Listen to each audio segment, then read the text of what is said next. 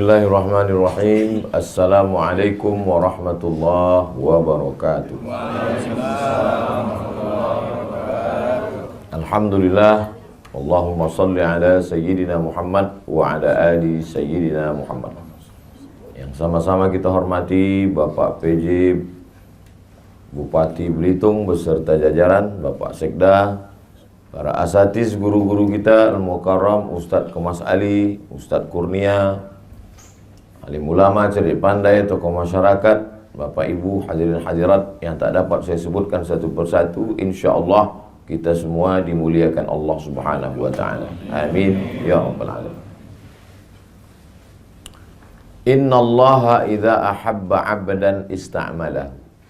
Kalau Allah suka kepada seorang hamba, maka hamba itu dipakainya, digunakannya. Kita kalau suka sama baju itu kita pakai, kita gunakan. Suka kita sama cincin itu kita pakai. Kalau Allah suka sama hamba itu dipakainya untuk menolong agamanya. Nah, jadi mudah-mudahan kita termasuk yang dipakai Allah untuk menolong agamanya. Jadi ada beberapa kekeliruan orang, termasuk orang-orang tua pun keliru. Ustadz, bagaimana cara berangkat ke Mesir? Kata beberapa jamaah. Ya saya bilang, tamat pondok, ikut tes, urus paspor, bisa berangkat. Yang mau berangkat nih siapa Pak? Anak saya. Anaknya mau? Enggak. Kalau gitu bapak aja yang berangkat. Jadi banyak orang tua menganggap menolong agama ini mesti jadi ustadz tamat Al-Azhar Mesir. Padahal kalau anaknya tidak punya kemampuan, dia tidak akan pulang menolong agama. Justru pulang itu dia tidak jadi Nabi Musa, dia jadi Fir'aun. Kalau tak percaya sama kan Allah, kita di dunia ini pakai dia untuk menolong agama Allah.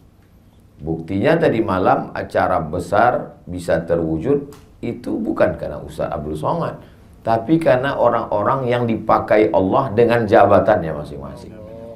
Nah, jadi disitulah nampak hebatnya kalau kita berjamaah bersama-sama. Jadi saya sudah berjanji lama dengan saya, Ustadz Kemas Ali, Habib Mahdi, dengan Pak,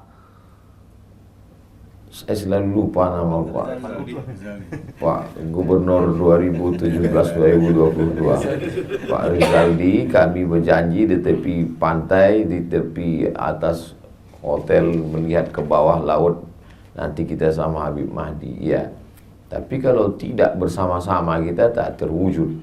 Maka dalam ayat yang saya baca di rakaat pertama tadi, wa'tasimu bihablillahi jami'an, bersama-samalah kamu dalam agama Allah ini jami'an. Tapi di ujungnya tidak koma, sebelum wakaf ada koma, belum titik. Wala tafarraqu, jangan berpecah belah. Kenapa? Karena bersatu dalam acara itu susah, menyatukan orang itu susah. Tapi yang lebih susah lagi adalah setelah bersatu tetap menjaga persatuan. Nah, itu lebih susah. Karena ada gesekan-gesekan. Pepatah orang Melayu mengatakan telur ayam disangkak lagi bersentuh. Apalagi hati manusia. Hati manusia itu bergeser. Makanya saya sering kali mengatakan alat telekomunikasi sekarang canggih, tapi justru alat itulah yang merusak hati kita. Berapa banyak persaudaraan kita rusak gara-gara grup WhatsApp. Kenapa? Karena kata-kata itu tidak ada intonasinya. Entah dia mengamuk, entah dia memuji, kita tak tahu. Kata-kata itu tidak bisa membedakan teks dengan konteks. Jadi kalau kita tulis satu kata, setiap orang punya interpretasi yang berbeda dengan kata itu. Berapa banyak orang di grup itu sepertinya garang harimau yang akan menerkam. Pas kita jumpa macam kucing kena hujan. Jadi memang menyatukan manusia ini berbeda. Di mana kita bisa ketemu? Kita bertemu pada satu titik. Titiknya namanya mukhlishina lahuddin. Ikhlas. Kalau semuanya karena Allah, maka tidak akan lelah. lelahku lillah. Boleh untuk ditulis untuk baju kaos. Tapi jangan dibawa sholat tarawih dengan kekuasaannya, ustadz dengan ilmunya. Ada hamba Allah yang dulu pernah mengurus grup band jadi mengurus ustadz. Tak boleh sebut nama, menjaga kode etik. Itu kan mirip-mirip semua. Ngurus pentas, ngurus sound, ngurus pengawalan, ngurus ketertiban penonton. Bedanya yang dulu penonton sekarang disebut jamaah. Yang dulu yang tampil itu membawakan lagu-lagu setan, sekarang membawakan sholawat, tausiah. Itu aja, tapi entertainnya sama. Ilmunya itulah yang dibawa menolong agama ini. Jadi kalau ada orang-orang yang dulu punya kemampuan show, entertain, lalu kemudian setelah dia taubat ditinggalkannya semua. Dulu abang bisa ngurus-ngurus acara nih. Itu dunia jahiliyah udah saya tinggalkan Pak Ustaz. Oh tidak ditinggalkan. Makanya kata Nabi, khiyarukum fil jahiliyah, khiyarukum fil Islam. Kalau dulu di zaman jahiliyahnya dia adalah orang terjahat, maka setelah dia masuk Islam, dia berubah jadi orang baik, tapi dunia itu tak dia tinggalkan. Contoh, Khalid bin Walid. Ketika perang Uhud, Khalid bin Walid lah yang menyerang Nabi di Bukit Uhud itu. Ini Bukit Jabal Rumat, Bukit Pemanah. Kata Nabi, ku tinggalkan 70 pemanah di atas, aku turun ke bawah. Nanti kalau kalian lihat saya menang, kalian jangan turun. Kalau kalian lihat saya kalah, kalian pun jangan turun. Kalian konsen di atas. Saya setelah pakai cincin satam ini mau begini aja tangan saya.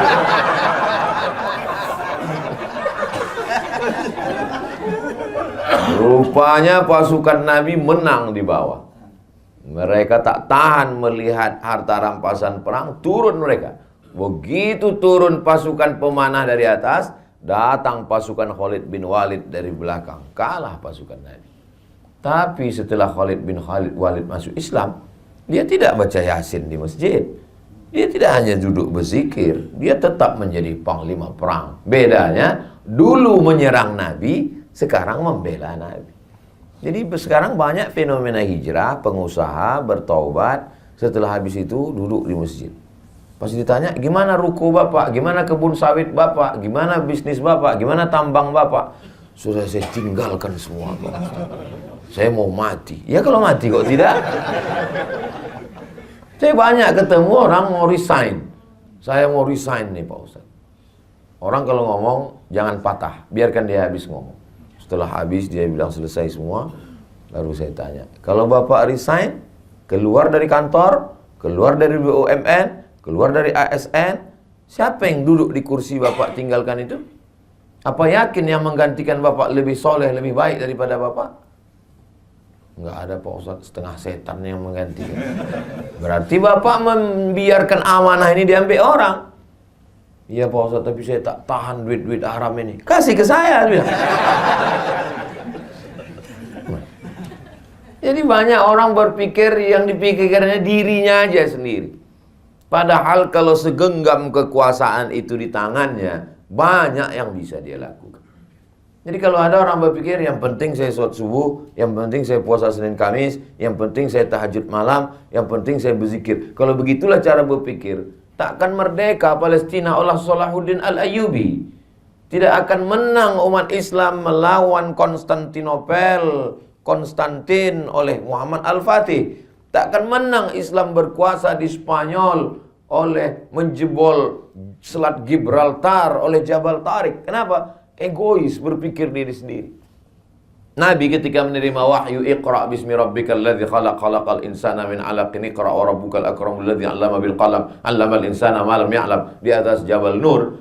Apakah ketika itu dia hanya baca Quran? Tidak. Setelah menerima wahyu dia turun ke bawah, jumpa dengan Abu Jahal, jumpa dengan Abu Lahab, berinteraksi sosial dengan manusia. Nah sekarang banyak orang kalau bertobat ke masjid, menegur kita pun dianggapnya kita setengah setan. Padahal kita adalah masih lagi di dunia, masih kita berjuang. Jadi paling tidak menolong agama Allah ini ada 5 manusia. Yang pertama adalah orang yang bisa menggunakan telunjuknya. Kalau ditunjuknya jalan berlobang, langsung licin beraspal. Kalau ditunjuknya acara, langsung jadi. Beda sama saya. Saya tunjuk beberapa jalan sampai sekarang belum beraspal. Karena saya tak ada kekuasaan. Orang-orang yang punya kekuasaan ini dipakai untuk menolong agama Allah luar biasa. Tunjuk jalan, berdiri pondok pesantren. Tunjuk lagi tanah, berdiri Islamic Center. Tunjuk lagi, berdiri tahfiz Quran. Tunjuk lagi, keluar perda, perbub, pergub, madrasah diniyah. Tunjuk lagi, berdirilah lembaga-lembaga, Badan Amil Zakat Nasional, Bank Muamalat, LPTQ, Lembaga Pengembangan Tilawatil Quran, Badan Wakaf Indonesia. Itu kan atas persetujuan telunjuk. Itu tak selesai dengan ceramah.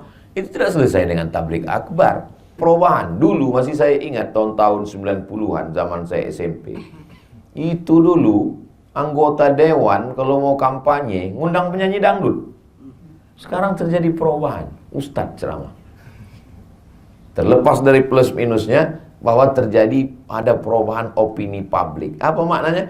Publik sudah berubah. Akibat apa itu? Banyaknya tabligh akbar, pengajian. Maka orang-orang yang punya telunjuk, maka di ujung telunjuknya bisa dipakai untuk menolong agama Allah Subhanahu wa taala. Jadi saya subuh ini semangat nih karena banyak orang yang bertelunjuk yang bisa pakai. Nah, tapi kalau udah di depan saya orang-orang yang pensiun, pernah saya diundang ke acara. Itu saya tak terlalu semangat. Saya ceritanya bagaimana menghadapi sakratul maut. Tapi ucapan saya. Kenapa? Karena saya suka kali kalau saya jumpa sama orang, saya katakan bahwa semua ini berakhir, tapi kita mau meninggalkan sesuatu. Sampai saya di Kairo tahun 2017. Setelah pulang 2002 saya tak pernah ke Mesir lagi. Terus 2017 saya datang lagi karena rindu. Sebulan saya di sana. Diundanglah sama KMM, Kesepakatan Mahasiswa Minangkabau. Bagus sekali rumahnya, 3 lantai. Di bawah tuh basement, lantai 1, lantai 2, lantai 3, atap lapang. Kanan, kiri, kamar, besar rumah bisa berkumpul. Saya bilang bagus sekali rumah kalian ini. Ini Pak Gubernur kami yang belikan Pak Ustaz. Udah berhenti dia dengan 1 tanda tangan. Mengalir berapa banyak orang yang akan belajar sampai hari kiamat hanya dengan 1 tanda tangan. Lalu kemudian saya jumpa dengan beberapa sahabat-sahabat yang dekat. Saya bilang, bagusnya Pak, kalau kita tidak ulama tapi kita bisa dapat amal jariah, Bapak kirimlah ini anak-anak yang tercerdas, terpintar buat tes, berangkatkan. Kemarin datang dia ke rumah menyambut bulan puasa. Alhamdulillah Ustaz Somad, sudah kita kirim 10 ke Mesir. Masya Allah. Makannya Pak, saya tanggung. Saya cemas juga dikirimnya, meninggal orang. Nah, apa makan dia di Mesir kan? Kami tanggung Pak Ustaz. Ongkos pulangnya Pak, kami tanggung. Lapang saya. Apa untungnya sama Ustaz? Tak ada untung, tak ada. Anak kemanakan saya masuk di situ, keluarga saya tak ada. Tapi membalaskan sakit hati. Pulang, berangkat tak diantar, pulang tak dijemput. Macam Ustaz hantu. Maka di mana-mana selalu saya pesankan itu. Supaya apa? Membalaskan sakit hati saya. Bapak udah kirim? Iya. Tahun berapa sekarang anak itu? Tahun 1. Berarti Bapak punya kesempatan 3 tahun lagi Pak. Apa itu Pak Ustaz? Bebaskan tanah, buat masjid, Islamic Center, TK Quran, SD Quran, SMP Quran, SMA Quran. Sehingga nanti selama 3 tahun ini Bapak bangun, anak-anak itu pulang, diikat dia. Karena kalau tidak diikat, waktu turun dia di Jakarta, nikah dia sama orang Jakarta. Udahlah kita habis APBD nyekolahkan dia, tiba-tiba dia tidak memberikan kontribusi, buat dia kontraknya. Ya betul Pak Ustaz. Jadi 3 tahun ini kita buat. Iya. Itu pun juga membalaskan sakit hati saya. Karena dulu waktu saya pulang tak tahu mau jadi apa. Nah, jadi luar biasa. Alhamdulillah para asatiz adik-adik kelas saya. Ini adik-adik kelas saya. Pak Kabak Kesra 2003 berangkat. Saya 2002 sudah pulang. Jadi banyak orang menduga saya ini masih muda, padahal saya ini udah tua. Ustadz Iskandar 2011 dia baru berangkat. Pulang 2011.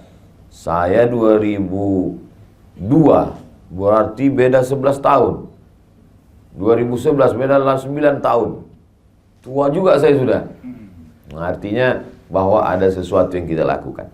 Lalu kemudian kalau telunjuk orang yang punya kekuasaan, lalu kemudian ada yang selalu diletakkan perhiasan. Itulah dia, selalu perhiasan itu diletakkan di jari manis. Ini anak muda. Anak-anak muda ini mesti kita kelola. Jadi tadi malam itu, kenapa Ustaz Somad kalau tausiah itu, kalau subuh biasanya di masjid atau di ruang tertutup. Tapi kalau malam itu kita memang pilih tablik akbar. Itu sebenarnya kita untuk menggarap anak muda. Karena ada beberapa anak muda dia belum mau ke masjid, dia mau dengar di pinggir-pinggir tanah lapang. Dia masih trauma ke masjid ini. Ke masjid pertama sendal hilang. Ke masjid kedua helm hilang. Ke masjid ketiga kawan yang sama-sama itu meninggal. Jadi nama penyakitnya Masjid Traumatic Syndrome. Jadi orang-orang begini ini mesti dijinakkan lagi dengan tanah lapang. Jadi berawal dari tanah lapang, lama-lama ujungnya juga ke masjid. Bukan berarti hanya berhenti di tanah lapang, enggak. Jadi yang tadi malam ibarat macam menangkap ikan. Jadi saya sudah menghalau ikan ini dari sini. Ada ustadz di sana yang menunggu. Makanya Ustadz Kurnia pun menunggu aja lah. Artinya apa? Kita bekerja sama. Makanya selalu saya katakan, masukkan anak ke pesantren, masukkan anak ke pendidikan yang dikelola para habaib, para kiai kita, masukkan ke madrasah. Itu dalam rangka menghalau ini. Baru setelah itu nanti mereka akan bertanya, di mana kami daftarkan anak kami Pak Ustadz? Bermunculan iklan, daftarkan anak Anda segera, hubungi nomor kontak berikut ini. Ingat, kuota terbatas. Nanti beberapa hari lagi keluarlah iklannya itu. Itu dalam rangka apa? Karena pemuda ini kalau tidak kita garap, digarap aliran sekuler, komunis, ateis, agnostik, liberal, macam-macam di medsos itu. Tadi waktu habis sahur tadi, saya baru aja mengirim web yang diisi oleh orang-orang ateis. Jadi isinya itu ngejek agama aja. Sampai yang di atas itu ditulisnya, kalau memang Tuhan itu ada, kenapa dia menegur saya melalui mulut kamu? Itu kan memandang. Tapi dia pakai fake account semua. Nah, itu saya kirimkan ke kawan-kawan supaya jangan terlalu sibuk berkelahi antara sesama kita, sementara ini kita diamkan. Nah, ini saya artinya anak muda ini mesti kita garap. Lalu kemudian ada telunjuk yang punya kekuasaan, ada anak muda di tengah ini, inilah dia ulama. Ulama selalu di tengah, selalu menengahi, selalu membersamai. Tak miring ke kanan, tak miring ke kiri, selalu bersama, mengayomi, melindungi, tempat bertanya, fas'alu ahla dzikri in kuntum la ta'lamun. Tapi tidak mesti kita. Ustaz, itu kemarin yang jadi ketua pengurus masjid adalah fulan. Oh, sahabat saya, kawan saya, adik kelas saya, senior saya, kakak kelas saya. Bersama-sama kita. Jadi orang melihat kita. Kalau saya salah, yang disalahkan orang bukan Abdul Somad, yang disalahkan Al-Azhar. Yang disalahkan orang adalah semua kena. Ustadz Iskandar kena, Ustadz Kurnia pun kena. Itu kan kakak kelas kau itu kan, kata dia. Ustadz Kurnia kenal dengan Ustadz Somad? Oh, kakak kelas saya. Oh ya, dulu memang pernah, tapi sekarang udah lama tak jumpa. Alhamdulillah. Mudah-mudahan kita istiqomah insyaallah.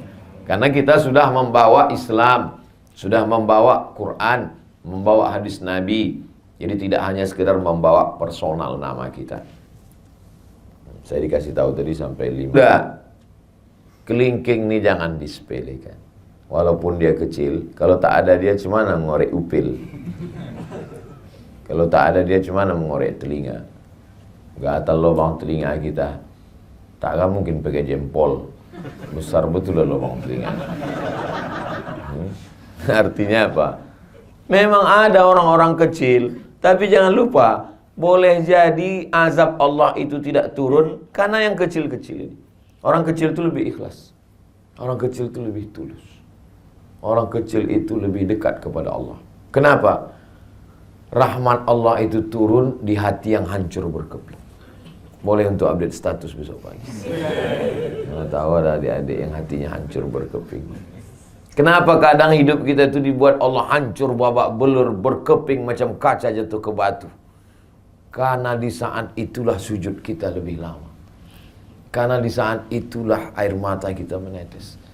Kalau kita di atas awan, bangsawan, bangsa yang hidup di atas awan, kita mungkin angkuh dan sombong. Tapi kalau kita sudah jatuh terjerembab, saat kita berteriak, tak ada lagi manusia mau mendengar kita, berbisiklah ke tanah. Malaikat-malaikat di langit akan mengaminkan doa kita.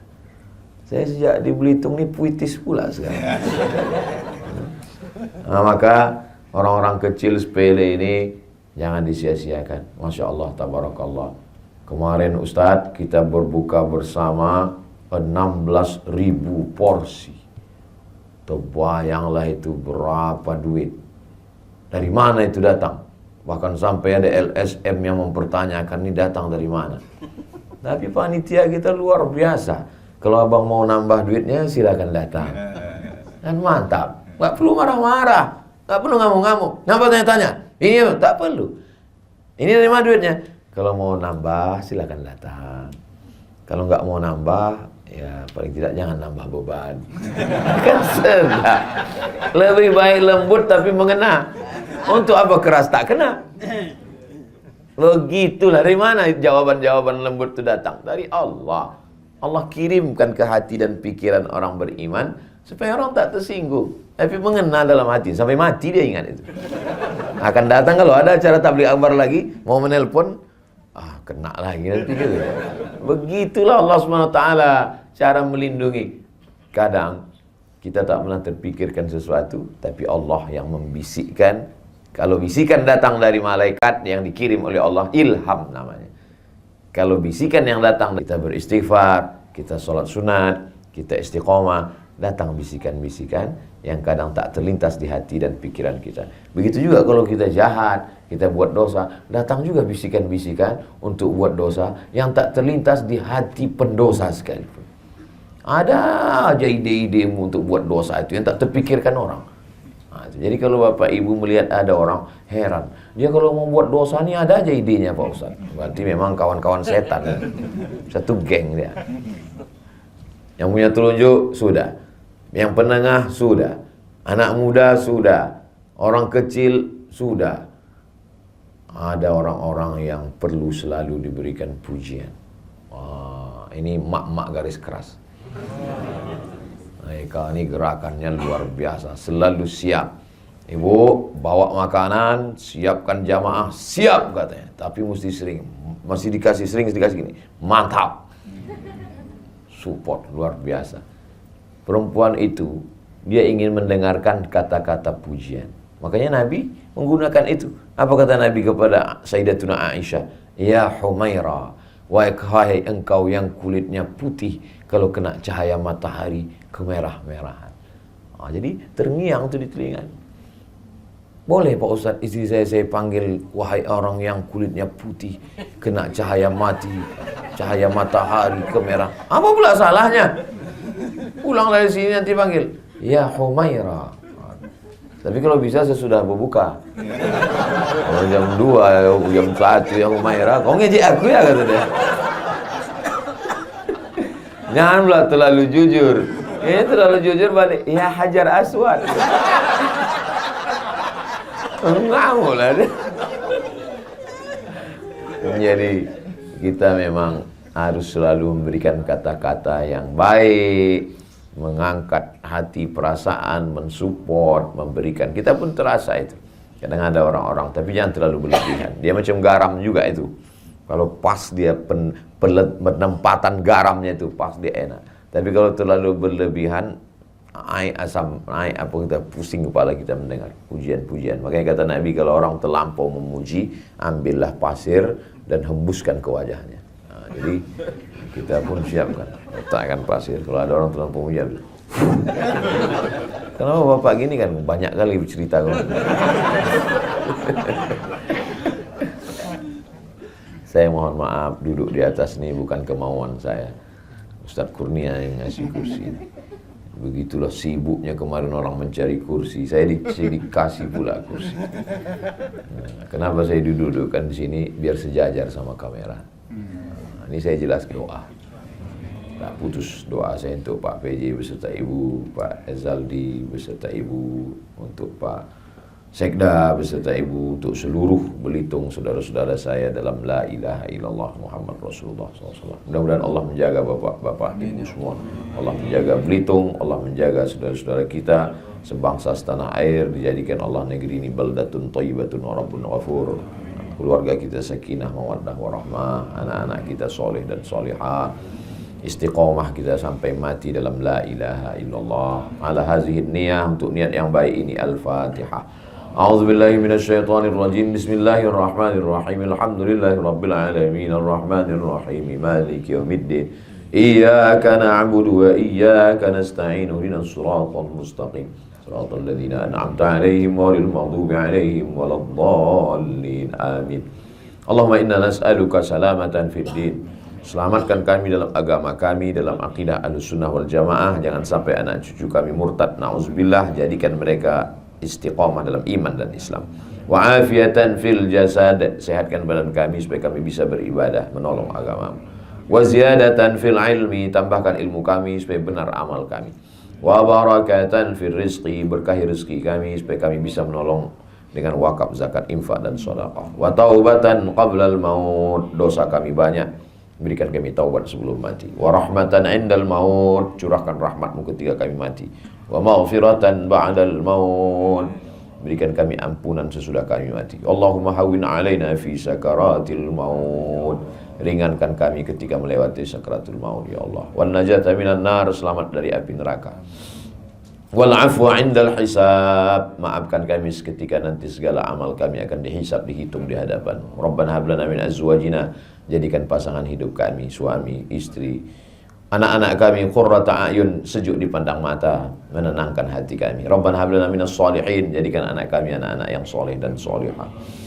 Rabbana ighfir lana dzunubana wa liwalidayna. Ampunkan dosa kami, kedua orang tua kami, wa li masyayikhina, guru-guru kami, wa li zu'amaina, pemimpin-pemimpin kami yang soleh yang baik, wa liman hadarana, saudara-saudara kami yang hadir dalam majelis salat subuh ini, wa liman ghaba anna, yang tak dapat datang karena sakit, karena uzur syar'i, karena satu dan lain hal. Allahumma hdi qaumana, saudara kami yang belum dapat hidayah, bukakan pintu hidayah untuknya ya Allah.